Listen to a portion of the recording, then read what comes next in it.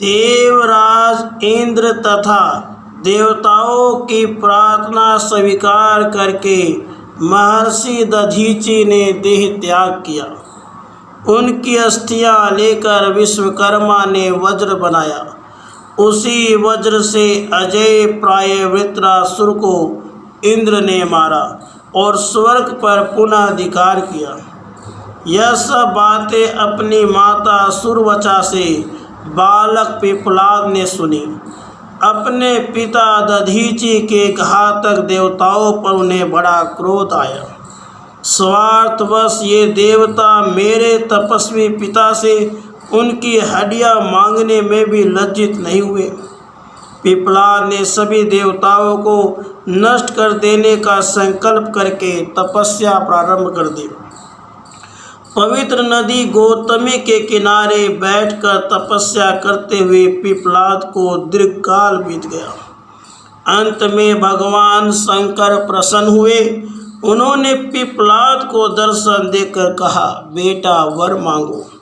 पिप्पलाद बोले, भयंकर प्रभु, यदि आप मुझ पर प्रसन्न हैं तो अपना तृतीय नेत्र खोलें और स्वार्थी देवताओं को भस्म कर दें। भगवान आशुतोष ने कहा, पुत्र, मेरे रुद्र रूप का तुम तेज सहन नहीं कर सकते थे, इसलिए मैं तुम्हारे सम्मुख सौम्य रूप में प्रकट हुआ।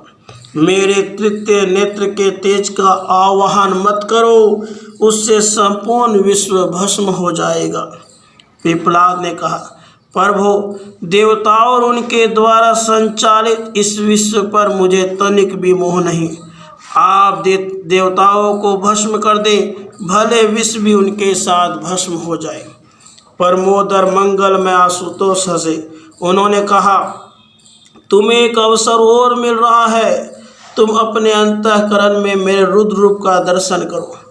पिप्पलाद ने हृदय में कपाल माली विरूपाक्ष त्रिलोचन अहिभूषण भगवान रुद्र का दर्शन किया।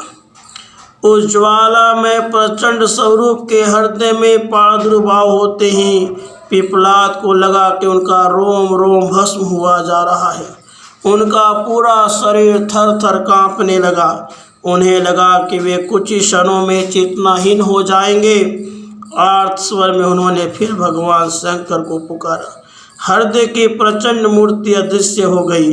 शशांक शेखर प्रभु मुस्कुराते सम्मुख खड़े थे।